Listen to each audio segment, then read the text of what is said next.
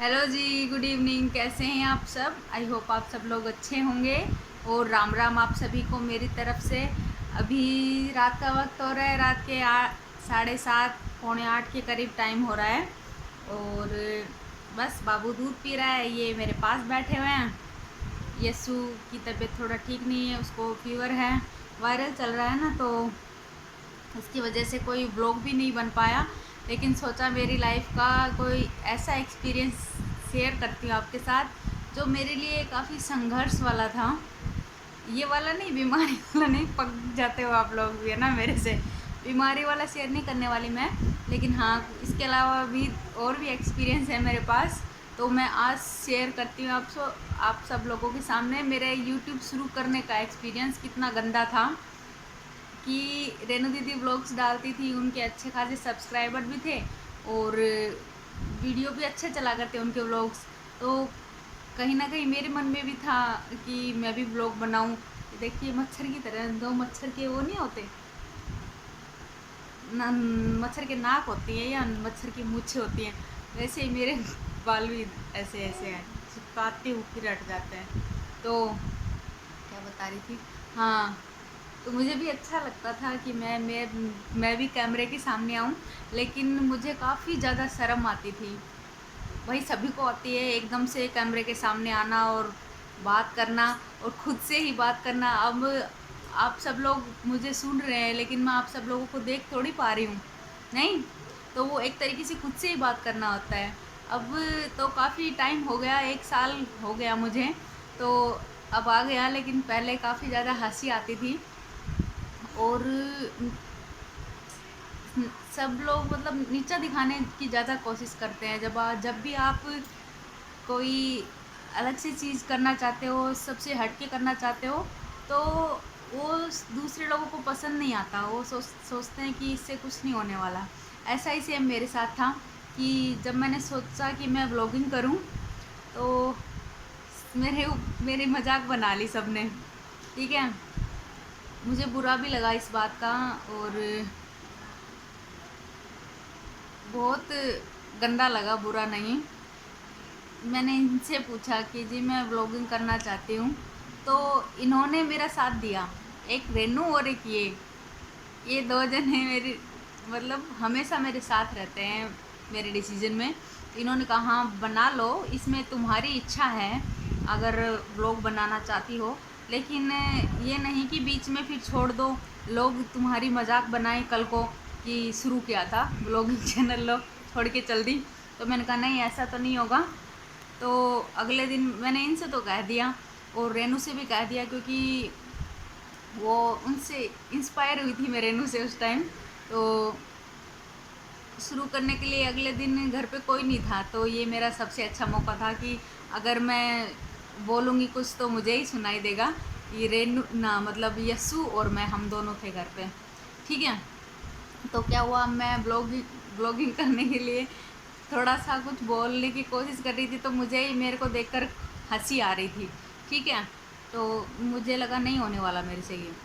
तो मैंने रेनू को बताया, तो रेनू ने मेरे ऊपर गुस्सा किया कि पता नहीं खुद को क्या समझती है, जब कोई चीज़ आती नहीं है तो फिर वो छेड़ती क्यों है उस बात को, ठीक है। वो एक तरीके से मुझे मोटिवेट करने के लिए उसने लंबा चौड़ा भाषण दिया और फिर फ़ोन कट कर दिया। तो मैंने फिर पहला ब्लॉग बनाया मेरा, आप इसके अंदर है, फर्स्ट ब्लॉग है वो मेरा, ठीक है। उससे मैंने शुरुआत कर दी।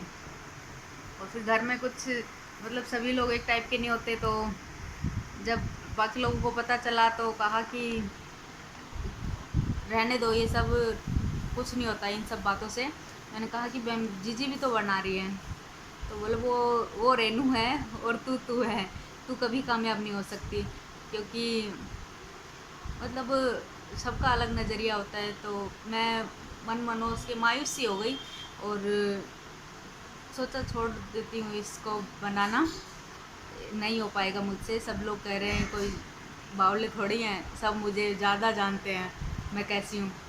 लेकिन फिर से जो मोटिवेशन देने वाला है उसने मुझे काफ़ी ज़्यादा मोटिवेट किया। इन्होंने किया कि तू तेरी लाइफ में जो हो रहा है वो बता, अच्छी अच्छी बातें बता, एक्सपीरियंस शेयर कर अपना, और रेनू ने भी मुझे यही सब बातें बताई कि तू दूसरों के बारे में क्यों सोचती है, तू तेरे को देखना जिस चीज़ में तेरे को खुशी मिल रही है वो काम कर।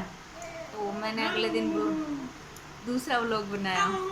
फिर वही आजू बाजू के जो आस पड़ोस के लोग होते हैं उन सबको पता चल गया तो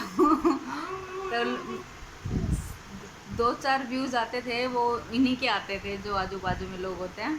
और फिर वो मेरी मजाक बनाते हैं कि हमने इसका चैनल देखा, ऐसे बोलती है वैसे बोलती है। फिर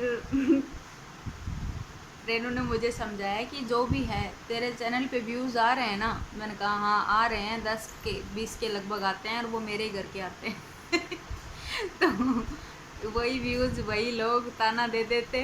तो रेनू ने समझाया कि देख व्यूज़ तो आ रहे हैं ना, चाहे कहीं से भी आए, यूट्यूब को इस बात का थोड़ी पता है कि कहाँ से आ रहे हैं।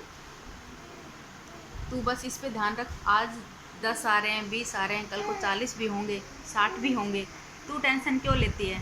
तो बस इस तरह धीरे धीरे धीरे धीरे करके मेरा चैनल 1 महीने में, शायद 1 महीना लगा था, मोनेटाइज हो गया था 1 महीने के अंदर। ठीक है, इतने जल्दी प्रोग्रेस करी थी मैंने मुझे विश्वास नहीं हुआ। और हद तो तब हो गई जब मेरे पहले $100 पूरे हुए। $100 पूरे होने के बाद में मतलब पैसे आते हैं, तो मुझे इतनी ज़्यादा खुशी थी उस बात की कि मेरे $100 पूरे हुए। खुशी के आंसू होते ना कुछ ऐसा ही था। मुझे नहीं समझ में आ रहा था मैं क्या करूं। मैंने इनको बताया मेरे $100 पूरे हो गए।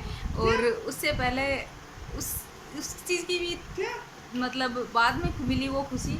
उससे पहले जो एडसेंस का जो पिन आता है ना, गूगल एडसेंस जो पिन आता है, जब मेरा वो घर पे आया ना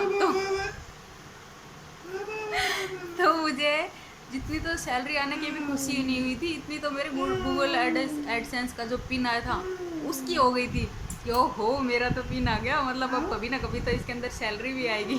ठीक है, लेकिन फिर सैलरी भी आई भाई और खुशी भी मिली। और फिर उसके बाद मैंने सबको बताया, जितने भी घर में लोग हैं ना जो मुझे बोल रहे थे तो कुछ नहीं कर सकती ये वो, उनको तो बताया ही।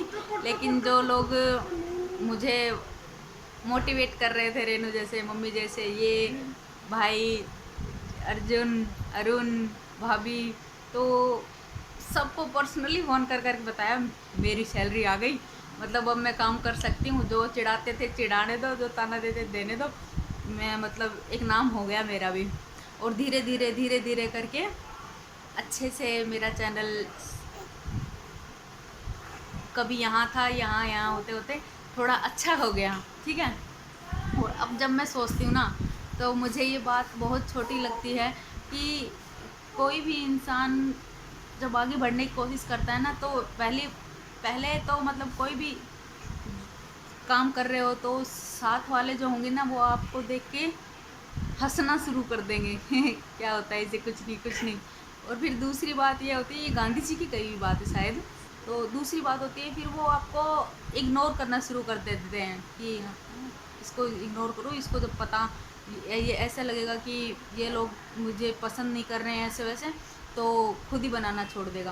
और तीसरी बात, फिर वो लोग आपको गुस्सा करने लगेंगे कि जब आप आगे बढ़ोगे तो आप समझ लेना, जो वो गुस्सा करें, आपसे चिढ़ें, आप बहुत आगे जा रहे हो और आप ऑटोमेटिक आगे हो जाओगे। तो बस यही है लाइफ का पूरा वो। हाँ, ये देखो क्या है, क्या है, क्यों आ रहा था मेरी गोदी में, क्यों आ रहा था।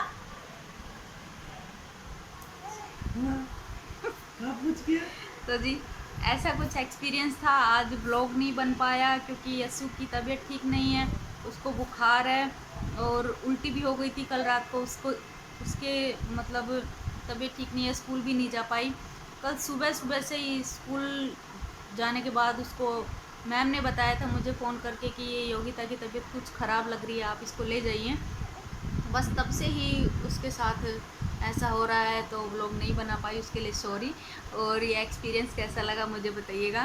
और ये बाबू अब मुझे बनाने नहीं देगा आगे व्लॉग। देखो जी, अपने बेटे को संभाल लो, मैं पीटूंगी नहीं तो इसको। जी अपने बेटे को संभाल लो, मैं पीटूंगी इसको। इसने ना वो, इसको मैंने इसका कच्छा नहीं पहनाया हुआ तो कभी यूट्यूब से वो ना आ जाए, स्ट्राइक नहीं आ जाए। ठीक है, तो मैं इतना कट कर दूंगी थोड़ा सा। बेटा बाय बाय बोलो, बाय बाय बोलो सबसे, bye bye, bye bye, bye bye. उई दीदी, बाबू,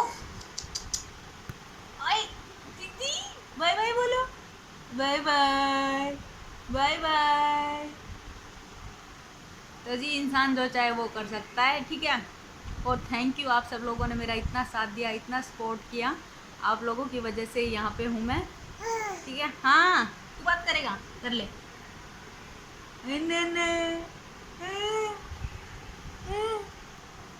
तो मिलती हूँ आपसे नेक्स्ट ब्लॉग के अंदर, तब तक के लिए बाय बाय, टेक केयर, अपना ध्यान रखना।